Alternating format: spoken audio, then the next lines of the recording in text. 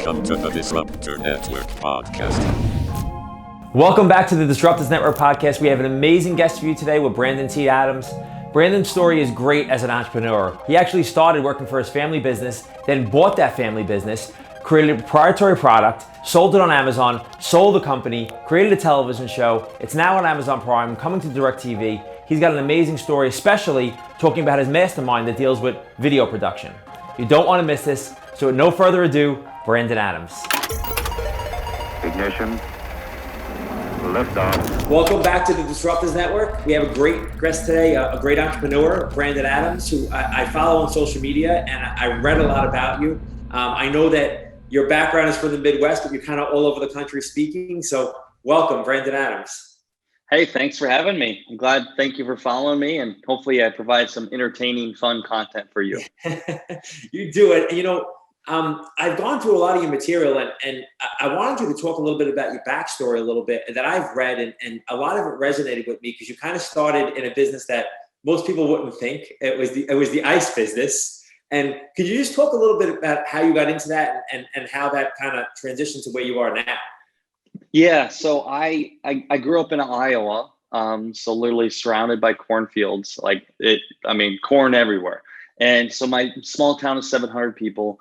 I grew up in a small town. I grew up in the ice business. So my dad was an entrepreneur. He had tried different things, but in 1986, he started Adams Ice Service, and he was a wholesale ice distributor. So like the bagged ice you see in convenience stores, bars, restaurants, like that's what he sold. So he'd buy from the manufacturer, he'd resell it, he'd make a buck. And so I grew up in that. And ever since I was a kid, I was helping my dad. I remember starting at $5 a day I would make to $5 an hour to $10 an hour. And then eventually I bought the business for my father and then went on to sell it.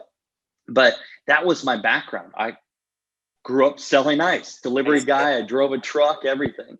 It's crazy when I talk about it now. I told my wife the other day when we were driving, I'm like, can you believe I used to sell ice? and so I did that. And that led me to where I'm at, because when I was in the ice business, I was always motivated and I wanted to figure out ways to make a lot of money. You know, I found out that there was only so much I could make in the ice business. I looked at, if I wanted to be the top of the game, let's say the king of ice, like literally in the world, if I wanted to be the best in ice business, I realized that I would have to work a lot, which I'm fine with working, but also I couldn't actually, it would be very difficult to reach my level of income that I would want based off going in that endeavor. And I realized I could make money in a lot of different ways. And so I tried to find different ways within the ice business to make more money. And one of them was I invented this product called Arctic Stick to cool and flavor drinks. Yeah. So that was my invention that I was going to introduce to the market and be able to sell. And you didn't have to have it refrigerated. People could buy it. They could fill it up full liquid, freeze it, or they could use it for a shooter. And so I spent 3.5 years on developing that product, getting it to market. I had got patents, trademarks, everything.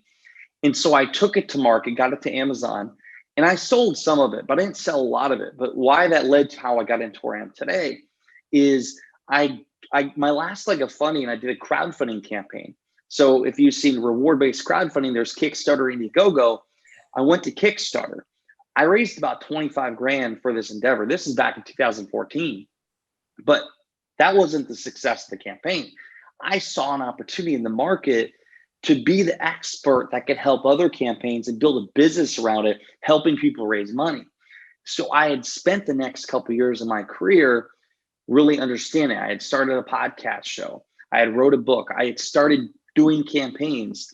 And then where my first campaign that kind of got me out there was I helped John Lee Dumas of the podcast Entrepreneurs on Fire raise about $500,000 in a month for his book, The Freedom Journal. And so after you do something like that, everybody wants to work with you. Yeah. And so people would come to me, and then it led to working with Kevin Harrington from Shark Tank and all these other people. But that crowdfunding experience led to video production and now advising companies and helping them go public. Is the key component of raising money was the story you told in the video asset that you had. So on the landing page, there's a video. In the digital marketing campaigns, there's videos. So a video that tells a story that shows who you are, what you're doing, why you should back the campaign, and how it can support just being a part of the mission. And so when I saw that, that's when I saw, okay, I really want to do more of this video production versus a fundraising. So then I started doing TV shows, ended up helping fund a movie called Think and Go Rich: A Legacy, which is based on the book Think and Go Rich. And so that got me into where I'm at today. And now I take that background of video production, fundraising, and even my selling ice days to help companies grow. And it's been a long journey, but long story short, ice business, I wanted to make a lot of money, founded this invention. The invention led to the crowdfunding, led to the TV production, led to everything today. So that's awesome. And I had watched the intro video on your website, and you're right. You give kind of like your beginning, middle, end, and where I'm going. And I think it's great. Yeah. It was a great introduction for me to you before I even met you. It made me really comfortable with who you are. So two things. Selling ice isn't easy at all. And I'm sure everything else you sold on a go forward has been easier than selling ice. Secondly, raising money is not easy at all. And I think people think it is. And you really did it with no background in it. Like you just kind of did it on your own. How is that? And was it hard to get started in fundraising? Because crowdfunding is not easy. Yeah, it was definitely hard. I mean, I had no background in it. My background was I was raising money for my own endeavor. And so I kind of saw firsthand what it was like to raise money. And then I started learning. I mean, the only way to get really good at something is just doing it, right? And so I was doing different campaigns. I was doing research. And then after I did a couple campaigns, some failed, some succeeded, I saw, okay, what are the core things? It's like anybody. What are your 4 things that you need to do or your formula to success? And so I really figured that out. And it applies to anything. So I just go through this quick is my fund formula. So the acronym FUND, F is forethought, U is utilize marketing plan, N is narrative, and D is deliver value. So the forethought is you have to prepare for the campaign, you have to prepare for the launch, you have to put your team in place, you have to do all the things necessary before you launch. Most people fail to prepare. They just think people are going to give them money. That is not the case. So you got to really put in the work. Next part is the marketing, utilizing marketing plan. There's marketing all the time. Like I'm always marketing. I mean, it's just part of who I am. Like you always are promoting something, even before it's really ready. It's because you're building that brand awareness about what you're doing. There's a saying, most sales are done between the 7th and 19th times you approach somebody. Most people are going to invest in you or back you after seeing something dozens of times. So you got to always be promoting and preparing for that launch of that fundraising campaign. The next one is narrative, the story of your product, the story of your service, the story of you, what you're doing, your mission. I see hundreds of decks. I just did a pitch competition live last week, and my email, I got 50 decks I got to go through today. And I'll tell you the thing that stands out to me is the story in the team. So what's the story of the team? What is their background? Why are they doing this? Are they doing this because they want to solve a problem? Like, did they experience their most great ideas of businesses, or they wanted to solve their own problem that they had? They went to solve it and they realized there's an opportunity there. So I want to hear that. What's the story behind it? And then the next step is delivering value. You have to deliver value. No matter you're selling something, you're asking for money, what's the upside for the person? So are you creating an experience for the person? Are you giving them a great product or service? Or if somebody's going to invest in you, what's your upside? Because most angel investments are very risky. So if somebody's going to put $25,000 into invest in your company, well, what's a huge upside? You might lose it all. It might be a crapshoot. But if you're investing in a huge opportunity, if you do win, that could be worth $10, $100 million. So what's the upside for the investor? There's got to be a huge upside. You got to give them an irresistible offer. And most people don't do that. They don't understand. They don't have the investor's mind in hand. They're just thinking about, I need the money for this. How can it help the other person? Because they're giving their hard-earned money to you. You better give them a fucking amazing offer. So that's my fun formula. Prepare, forethought, utilize marketing plan, narrative, tell a great story, and deliver massive value. You apply that to anything, you'll have more success in fundraising, but also sales. You hit on something really, really at the end there that was like, most people focus on what their need is and not what the opportunity is for everybody else. And I think that is so true. And you can feel that when somebody's pitching you something like, oh, this is coming from a place of maybe desperation, or maybe, and you can feel it. Focus on what the product is. It's exactly. I mean, when you have conviction, I mean, they're all saying you got to sell yourself before you can sell anybody else. You first got to have conviction, believe in what you're offering. Like once you believe in what you're offering, it's like you were doing a disservice to somebody by not telling them about it. Some people are like, I'm afraid to ask for a sale. I'm afraid to ask for money. Well, you're not confident enough in your offer. If you're confident in it and you really think you can help them, you're going to make sure you're going to close that deal. And so you got to really convince yourself before you can convince anybody else about something.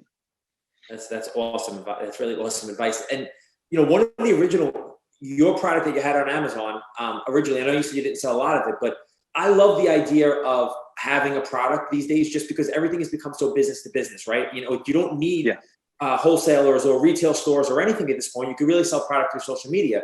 So what would you be, do you still believe in that, of having a product? And for that purposes, for where you maybe made mistakes, what would your advice to somebody else on creating a product?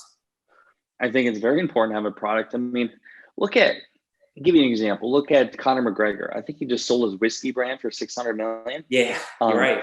You look at The Rock, Dwayne Johnson. He has a tequila brand. You look at all these main big celebrities. I mean, they can only do acting so long. They can only do fighting so long. You can only do your thing. Like, what if that goes away? If you create a product, it's something that's there. You can always sell that product. And if you can build a brand where you can utilize that brand to sell that product, that makes it even easier. So I think it's very important to eventually figure out what your product is beyond just a service base. And so, yes, I have books. I have other, obviously, invention. I don't sell much of that. But a lot of products I utilize. One of my partners pioneered the infomercial business. So he invented the infomercial, Kevin Harrington. And so I work with them, and there's other products that we sell together. So maybe we don't invent the products, but we can find other great products and get a part of those products and get a percentage of those products. So finding ways to get it a part of different deals. Again, it's like brand deals with celebrities. They may not have the product, it may not be their idea, but if they can get attached to that product and get a piece of it, that's something that's a good nest egg to have. So I think it's very important to develop your own products. It doesn't have to be a tangible like invention or, let's say, a consumable product. It could be a knowledge-based product. It could be literally, you can create videos with your phone. You can create an educational course. You can put it in a Udemy or ClickFunnels or something. You can go sell your knowledge and make money. And that's a one and done thing. There's like no cost to that but your time. I think in this space particularly, if you don't have a product in that, just use your knowledge and sell that. I mean, that's a huge thing right now. So we all have the ability to make a product. Don't make the excuses you don't have money. There's other ways to create products. I think it's great. And I think you're right. I think we all need to have a product to sell, whatever that is. I think we have to have attached a product to ourselves. You mentioned Kevin Harrington. Mentor to Millions is one of my favorite books. It's a book that I recommend to everybody to read. It's somewhere up there. Yeah. Here, yes. I helped with that launch. It's a great book. If you're starting a business or selling a product or whatever you're doing or trying to create an organization, I think that should be a staple. How important do you feel like mentors are to you, and how has it structured your life? And you're working with one of the better mentors now at this point. So obviously you put yourself in a position to be there, but how important are mentors to you? I mean, it'll make or break you. My first mentor was my father, and he taught me the beginning side of business, customer relationships. But the one thing I learned, and this is by reading the book Think and Grow Rich, I learned that you are who you surround yourself with in your mastermind. And if you want to become the best at something, find somebody that's already become the best at it, somebody already paved the way, and find a way to work with them, hire them, get them as a mentor to teach you how they did it. Versus some people want to do it all on their own. That's fine. You're going to learn from a lot of mistakes, a lot of expenses.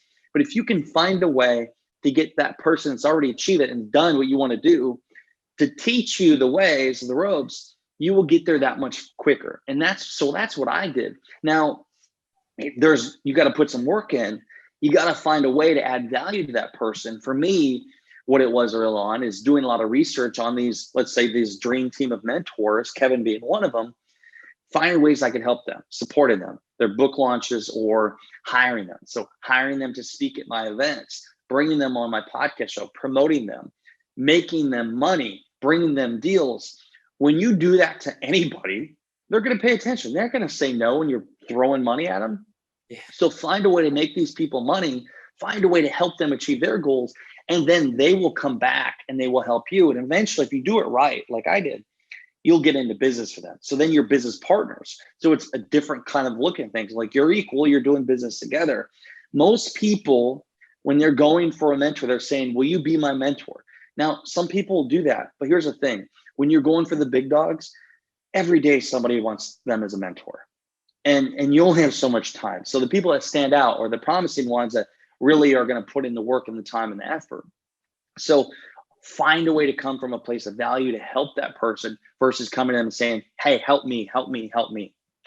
Yeah. And again, you put yourself in a room now with probably some of the biggest people in mentorship and in business. How did you manage to do that? Like even with Kevin, like what was your story to that? Like how did you manage to get in business with him? Not only is he mentoring you, but you're actually his business partner.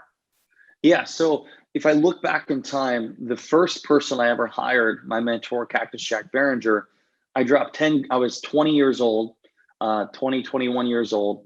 And so I'm 31 now. That was 10 years ago. I had hired a famous inventor to help me with my invention, but I also knew he had partnered with Kevin Harrington on Shark Tank. He did deal with him and Barbara Corcoran on Shark Tank.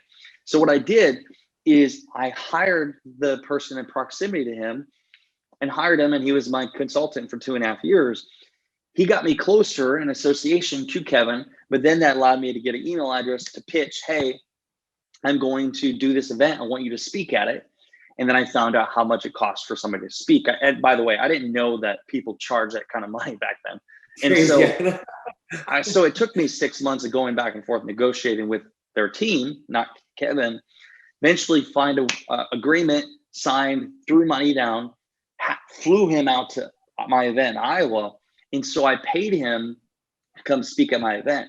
Well, if you prove yourself and create a great experience for somebody, it could lead to opportunity. So I found other ways to work with them. We did our first book launch together, and then it led to doing 1, 2, 3 deals together, speaking events. So I kept paying and hiring, but eventually we did enough deals together where because I became from a person of value and helping, they had trust. So then he would bring me deals and say, hey, let's do this deal together. And then once you make enough money together, then it solidifies that relationship. It took really to build that solid relationship 5 years. It started, got in the door, but then you have to prove yourself. I think some people get themselves in the door and then they don't prove themselves and they kind of let that relationship go. You have to constantly, it's like cultivating when you're planting crops. You have to add water, you got to add sun, you got to add the pesticide. You got to like really put love into that relationship for that to blossom and harvest. And so that's what I had to do with certain relationships like that one, but it was a long game. I was never going for the short game. And then once you get into business with some of the right people, because of that brand awareness and trust with those kind of people, it's a lot easier to get into business with other people because you got somebody that's been there and done very significant things. And because you have that kind of introduction or brand association, people won't even question you and they'll go into business with you quicker. Yeah, you have credibility at that point. You have substance. Credibility.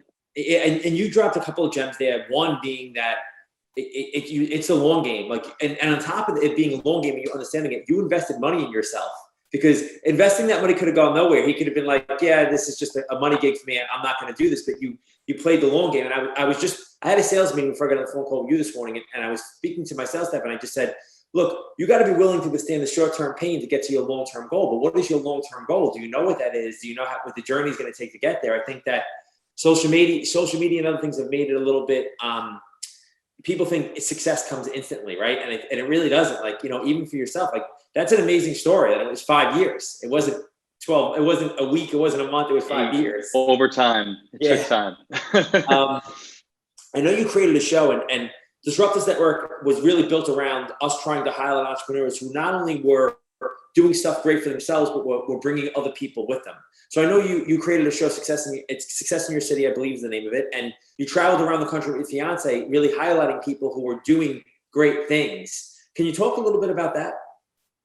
Yeah. So back in 2017, I had already done a show called Ambitious Adventures, and we said we were going to do another season. And so I was sitting on a beach in Puerto Rico with my girlfriend, now wife. But we said, what are we going to do next? And we talked about traveling the country, and we said, let's live in 12 cities in 12 months. Well, I thought, crazy ass idea, like, why don't we film a show around this? Because the number one feedback from our last show was it was two guys traveling the country. Well, networks love the male female like couple kind of thing, and so like, hey, let's take a shot at this. And so we did that. The whole mission was, let's travel the country on this mission to find the true meaning of success before we got married. And so all of 2018, we had traveled around the country, and we had got married later that year, but we were trying to figure out what success really meant. And so we went to different cities, and we spent time with people from athletes to musicians to very wealthy people to people that were homeless at one time to people in all kinds of backgrounds, industries. And we brought a camera crew, and we would film in these different cities. And so we went to find the true meaning of success, and we found out that there's many different versions of success. And then we created the show called Success in Your City, which changes the way people view and achieve success. And so we did that in 2018. It was very difficult, one of the most challenging things we did. Put a lot of money and time behind that show, and it took a while to get to distribution. We did distribution with Amazon Prime back in 2019. We did a theater premiere, but then recently, within the last 2 months here, we just signed a deal with Bespoke TV. So we're actually in September. We're going to be on DirecTV. We're going to be on Spectrum. We're going to be all over. So we got a pretty big distribution deal. It took really, 3 years in the making to make that happen. But it's taught me a lot of things. I mean, things don't happen overnight. Not only did we create a show, we created a book called The Road to Success. About it, we built this brand around success. And so it's completely changed how I looked at life. During that process, I had sold that family ice business. I sold an event business. I sold my house. We sold almost everything we had. We completely changed how we looked at life. And so it was quite the journey along the way. And I'm glad we did it, because it also helped a lot of people look at success differently. Yeah, that's awesome. And I think you have to get in it sometimes to find out what true success is. I mean, you do. You met all these different people doing different things. Was there anything that stuck out to you as being the same trait in every single person you met, or something similar in every single person you met that made them successful? Like, were there certain traits that kind of stuck out, like meeting these people? Yeah, I mean, it really came down to a couple of things. Is one, they did things that they loved. And so like, it wasn't just about the money, because I mean, we found out from Shea Homebrand, who was 2-time All-Star, played for the Red Sox, and he had millions of dollars, and on top of his game, like he was not happy anymore, and he left the game, and then he had lost everything. And so he made his comeback. But learning from people like that, and then from a guy that was homeless, that was the happiest guy in the world. He got off the streets, but like while he was homeless, he found ways to do a lot with the little that he had. And so that episode, and that we spent a month in Boston, is what led to us selling our home and everything, because we're like, we don't need things anymore. And so the first one is doing what you love and the passion behind it. Other one is each person, they had a component of what they did that evolved around contribution and giving back. So every one of them that was successful, there was a component of what they did that was giving back to whether a cause, money-wise, or with their time and resources. So that was a key component. They were giving back to the community or to a cause that they believed in. Those are two components that really stood out for success. And then another one is really, they had the right people in their life. So like these people, even the guy that was homeless, he had people around the city that supported him, and they loved him. They would do anything for him. Like, we went into a city we didn't know, and we had a film within 2 weeks, and he directed us to the people that ran the city, and they helped us do what we needed to do because they believed in him. And so when you get people like that believe in you, and you surround yourself with them, they help you grow. So making sure you have the right people in your corner, that determines your success. Yeah, that's really cool. And I think something you said that was important there is that these people help others just for the purpose of helping others. They're not thinking how they're going to monetize it. They're not thinking how they're going to drag it. Yeah. And I think that surrounding yourself with that eventually leads to good things for yourself. So I think that's amazing. Did you, is TV something you always kind of wanted to be into, or is it something you fell into, or is it? Never. I mean, I had no, I grew up in a town of 700 people. I didn't know I would ever do something like that. You don't really know when you're in a small town that's even possible. Yeah. I mean, I didn't even know what an Emmy award was back then. I didn't know this stuff. And so how TV came about was the crowdfunding side. When I was doing the videos for crowdfunding campaigns, I started getting in the videos that we did. I started creating my own videos with my phone and with a camera that we had. We had a Canon 70D. We'd create funny videos and stuff. And so this was for promotion, for business purposes. Then I realized I like doing this. So I remember signing with a agency back then, peak agency, and this is in Iowa. And so I got commercial gigs and modeling, all these different things. And I wanted to learn more about how to do this. And it was fun. I realized I like being in front of the camera.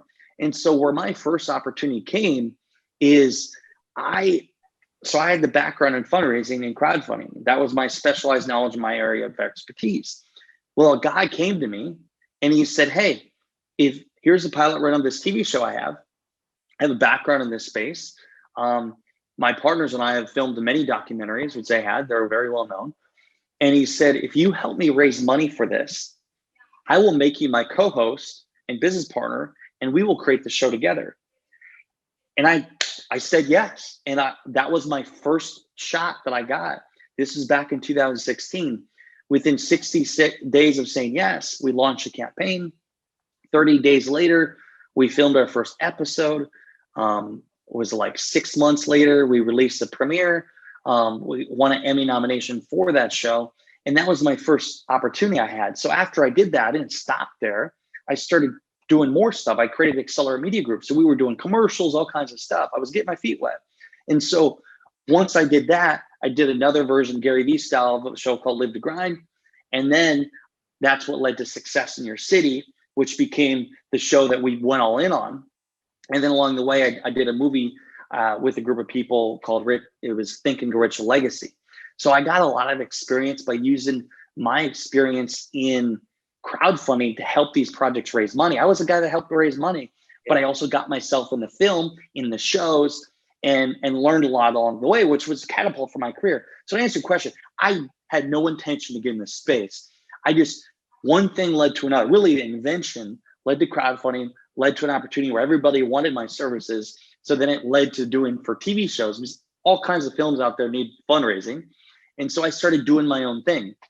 And here I am today. It's fun. And I'm looking for the next big opportunity to do for this kind of stuff. Really cool, bro. It's really, it's great that you used what your skill set was to get you kind of into something else and found something else you were passionate about. So that's awesome. This is my final question for you is this.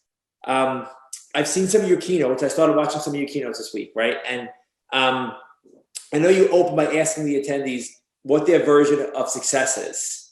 So That's my question to you. What is your version of success like for you? Yeah, it's a great question. And I do ask this all the time because most people don't even know what it is. And for me, it is always changing. Like what I tell you now is going to be different in a couple of years. What it was 2 years ago, it's always changing based on things that are happening in my life, seasons of my life. But the core value and core belief around success is for me, being the best version of myself and using my talents, my skills to help as many people as possible, but also being the best, not just in business, being the best husband I can be, being the best just human being I can be, and also being on top of my game. Like for me, if I'm not achieving at my highest level, or at least striving to, I'm letting myself down. So for me, that's physically waking up in the morning, working out, exercising. It's mentally, it's spiritually, it's all areas of my life, but also being dedicated to my schedule and making sure I'm doing the reps to get the things done I need to do to become the fucking best I can be. And so that's really being the best version of myself, and being more specific is doing that specifically through inspiration, motivation, education, through speaking, podcasting, online education, masterminds, events, and my TV show. and utilizing those outlets to help people, to generate more revenue, more impact, more income, more influence in their life, which allows me to grow and help other people in the process. So that's success to me, using my God-given talents to help other people figure out what their success is, but also helping them along the way. That's awesome, man. And from what I can tell, you're doing it. So, congratulations on everything you've accomplished. And I'm sure, in this time in 10 years, you'll be in a whole different stratosphere. So that's awesome. Brendan, where's the best place for people to get in touch with you if they want to speak? Yeah. So on social media at Brandon T. Adams everywhere, Facebook, Instagram, you name it, send me a DM, or just go to brandontadams.com and check out my stuff there. It's awesome, man. And thank you for coming on the Disruptors Network. Really, really appreciate you. And everybody go check Brandon out. He's about to be a superstar that you're going to hear no matter what. So thanks for coming. Thank you, man. What a great podcast with Brandon Adams. And I hope you're getting what I'm getting out of it. I really learned a lot about video from him and just starting a business and selling a business and how you go through the process. But entrepreneurship is really about that. And Brandon talked to us about how he's growing into other fields, and what an amazing podcast. Don't forget to check us out on YouTube and Apple Podcasts and Spotify Podcasts. And our next episode is going to be amazing. We have Chris Gronkowski, brother of Rob Gronkowski, but more importantly, an amazing entrepreneur with a great product, and he's got a great story to tell. Check us next time.